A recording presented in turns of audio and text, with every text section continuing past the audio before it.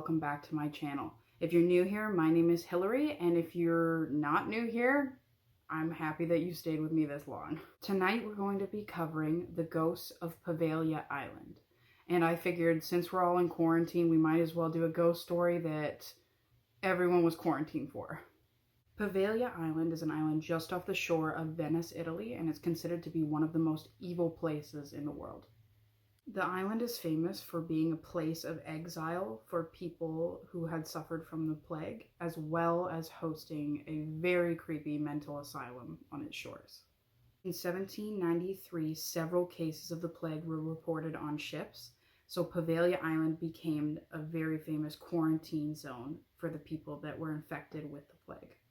People really feared the spread of the disease, so anyone who showed even the slightest bit of sickness was sent to Poveglia, and sending anyone to that island during this time was basically a death sentence because the plague took a lot of people's lives at this time. There wasn't modern medicine, so people got sick and people died.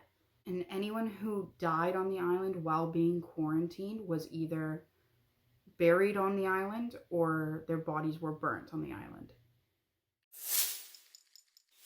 And in some cases, if you were sick enough on the island while still being alive, you were burnt alive on the island. So not a good thing either way around.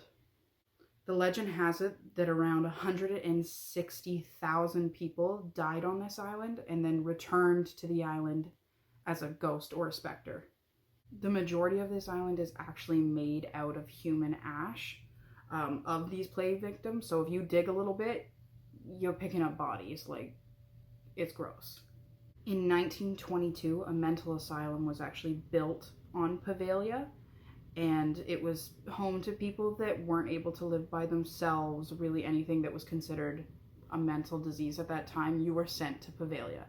And doctors at this time would perform botched lobotomies on people. It was not a good place to be. One of these doctors that actually performed these lobotomies on unwilling patients was said to have been driven mad by the ghosts on Poveglia, and he climbed up to the bell tower on the island and threw himself off of it. Which, like, good for him, because you're an evil person if you're performing lobotomies on people that don't want them. But however, it's actually said that this doctor lived the fall from diving off the bell tower. He had survived, but was later choked by mysterious mist that came up from the soil of Poveglia. Which, I don't know if I believe, but it's scary all the same that a mist from this island could choke a person. In 1968, this hospital actually shut down, and Poveglia has been deserted. No one has been there ever since, other than maybe there was an agricultural thing that happened just after 1968, but other than that, now it's completely abandoned. There are many ghost stories and sightings that come along with this island. Many people that have visited say that they hear moaning and choking and coughing of plague victims that had died on the island. As well as that, people have also said that they've been scratched, choked, and pushed by unseen forces that are on the island.